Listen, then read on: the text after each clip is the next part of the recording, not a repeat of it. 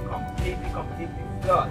Now another thing, you guys are going to be able to see how the water has dragged containers and cars from many different places, and the way they designed them, the way they changed the design on the island.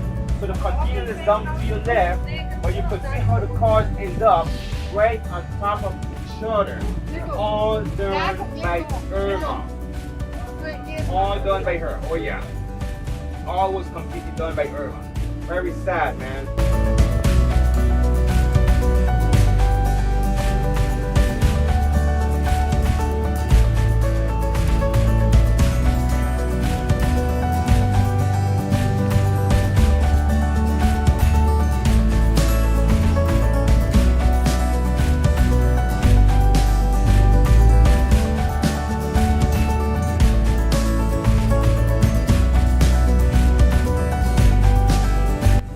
Oldest Catholic church. It's the second oldest Catholic church right over here on the app here. Right, this is one of the biggest fisher place right here in St. Maarten. The fisherman place, we get to find all the different fish. That's where you could find it in.